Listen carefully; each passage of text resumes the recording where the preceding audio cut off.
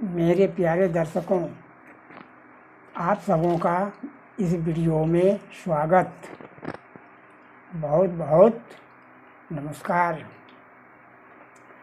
आज का चिंतन वाक्य, यदि आपका शरीर कमज़ोर है तो काम चल सकता है, किंतु यदि हौसला कमज़ोर है तो किसी भी तरह से काम नहीं चल सकता है।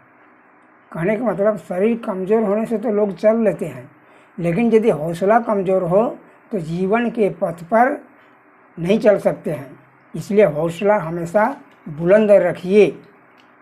यही मेरी आप सबों से गुजारिश है, प्रार्थना है। अब आज का प्रसंग, भगवान कहते हैं कि जो मुझे पुरुषोत्तम के रूप में जान लेते हैं, पुरुषोत्तम मतलब पुरुषों में उत्तम, सर्वोत्तम, इस तरह से जो जान लेता है वह सब प्रकार से मेरा ही भजन करता है, अर्थात अनन्य भक्त हो जाता है। और इससे उसको लाभ क्या होता है? उसे दैवी संपत्ति का लाभ मिलता है। दैवी संपत्ति स्वतः प्रकट होने लगता है। अब दैवी संपत्ति के और भी उपाय बताते हैं कि उसके लिए भय का सर्वथा अभाव होना चाहिए, यानी अभय होना चाहिए। भय के विषय में विस्तार से किसी वीडियो में मैंने कहा है। तो यह भय जो है यह दो तरह का होता है। एक बाहरी भय, जैसे चोर, डकैत, लुटेरा, सांप, बिच्छू, बाघ आदि से जो बाहर से जो भय प्राप्त होता है, बाहरी भय। और एक हुआ भीतरी भय। कोई जब अपने वर्ण, कुल आदि के खिलाफ कार्य करता है, शास्त्र के विरुद्ध काम करता है, जो शास्त्र में निषिद्ध है वैसे कर्मों में संलग्न हो जाता है, तो एक प्रकार का भय होता है। इसको कहते हैं भीतरी भय। किंतु भय किसी भी तरह का नहीं होना चाहिए, यानी अभय होना चाहिए, तब जाकर के दैवी संपत्ति की प्राप्ति हो जाती है। अब देखिए, दान लोक दृष्टि से जो अपना है, जो वस्तु को जिन्हें अपना समझा जाता है, उसको किसी को देना दान कहलाता है। वह भी सत्पात्र को देना चाहिए।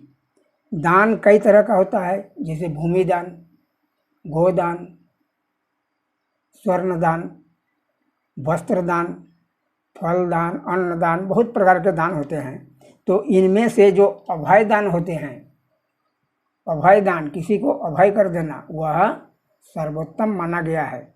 जब संसार में कोई फंस जाता है तो उसको यदि इस प्रकार की महाभारत, गीता, रामायण आदि ग्रंथों का पढ़कर समझाकर उसको संसार के जन्म मरण के चक्कर से यदि उसको बचाया जा सकता है तो वह होता है अभय दान। दूसरा, जब कोई किसी प्रकार के विघ्न बाधा में आ जाता है, विघ्न बाधा किसी को मिल जाता है, उसे ज़िंदगी में कुछ तकलीफ होती है, वैसे समय में अपने सामर्थ्य के अनुसार उनको साहस देना, उनके हित के बारे में कहना, उन्हें समझाना, जिससे कि वह उस कष्ट से उसे निवारण मिले, मुक्ति मिले, तो यह भी एक प्रकार का दान है। यह होता है आपको दान, जो अभय हो गया, मतलब उसको जो विघ्न बाधा है उससे मुक्ति मिल गई, तो वह उसे दान हुआ। इस प्रकार से दान होना चाहिए। तो दान को हमेशा दाता को चाहिए कि जो कुछ भी दान दिया जा रहा है वह उसमें अभिमान नहीं आवे, क्योंकि वास्तव में तो सब कुछ भगवान ने दिया है। उसको सोचना चाहिए, यह मुझे निमित्त बनाकर भगवान ने इस दान को देने के लिए कहा है, मुझे ऐसा मति, ऐसी बुद्धि मिली है तो मैं दान कर रहा हूँ। आगे है, देखिए, दम। इंद्रियों को पूरी तरह वश में करने का नाम दम है।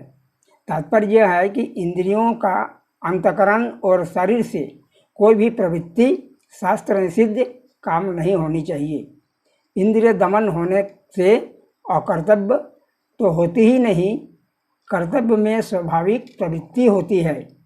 स्वार्थ, अभिमान, कामना इस प्रकार के दोष नहीं होते हैं। तो अपनी वृत्ति स्थिति का स्वयं अध्ययन करें और इसमें वृत्ति या स्थिति को अपना न माने, तो ये आने वाले जाने वाले हैं, ऐसा सोचना चाहिए। आवर्जम भी एक तरह से दैवी संपत्ति है। आवर्जम क्या है? सरलता और सीधेपन को आर्जव कहते हैं। तो आर्जवम हुआ एक दैवी संपत्ति, यानी सीधापन। मन में ऐसा नहीं होना चाहिए कि लोग मुझे अच्छा कहें, इसलिए सरलता से रहना चाहिए। बहुधा लोग ऐसे हैं कि सरल जीवन यापन करते हैं, मुझे लोग भला कहें, अच्छा कहें, इसलिए वैसा नहीं होना चाहिए, बल्कि वह स्वाभाविक अंतःकरण से ही सीधापन, उनमें सीधापन की झलक होनी चाहिए। अब आगे है त्याग।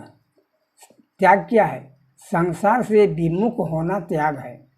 आप संसार से में रहिए निर्लिप्त, अर्थात जिस प्रकार कमल में पत्ता रहता है, वह पत्ता पानी में डूबा रहता है, किंतु उठाने पर आप देखेंगे उसमें पानी नहीं है, पानी के साथ है किंतु पानी से अलग है। उसी प्रकार आप संसार में रहें किंतु संसार का नहीं रहें, यानी संसार से निर्लिप्त रहें, अपना कर्तव्य करें।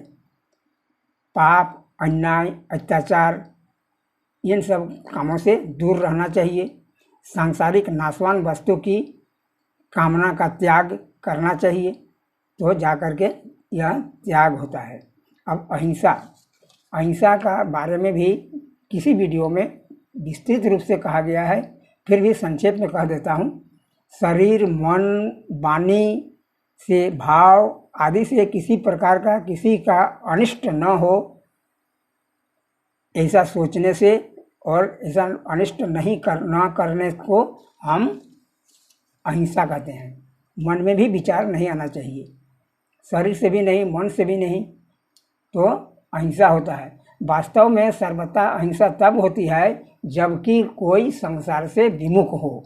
जब संसार से विमुख हो गया तो उसको फिर हिंसा का कोई प्रश्न ही नहीं पैदा होता है। इस प्रकार से अहिंसा होने से भी दैवी संपत्ति की प्राप्ति होती है। सत्य, अपना स्वार्थ और अभिमान का त्याग करके दूसरों के हित की दृष्टि से जैसा देखा, सुना, पढ़ा, वैसा ही प्रिय शब्दों में हूबहू कह देना सत्य है। अब देखिए क्रोध, दूसरों का अनिष्ट करने के लिए, किसी का अहित करने के लिए अंतःकरण में एक जलन प्रवृत्ति होती है, जिसे हम क्रोध कहते हैं। तो परमात्मा की ओर चलने वाले कभी क्रोध नहीं करते। अनिष्ट करने वालों के प्रति भी उनका सोच रहता है कि उनका अनिष्ट नहीं हो, मेरा जो अनिष्ट हो रहा है यह पूर्व जन्म के कर्म का फल है। बस आज के वीडियो में इतना ही। आप सबों को मेरा नमस्कार, धन्यवाद।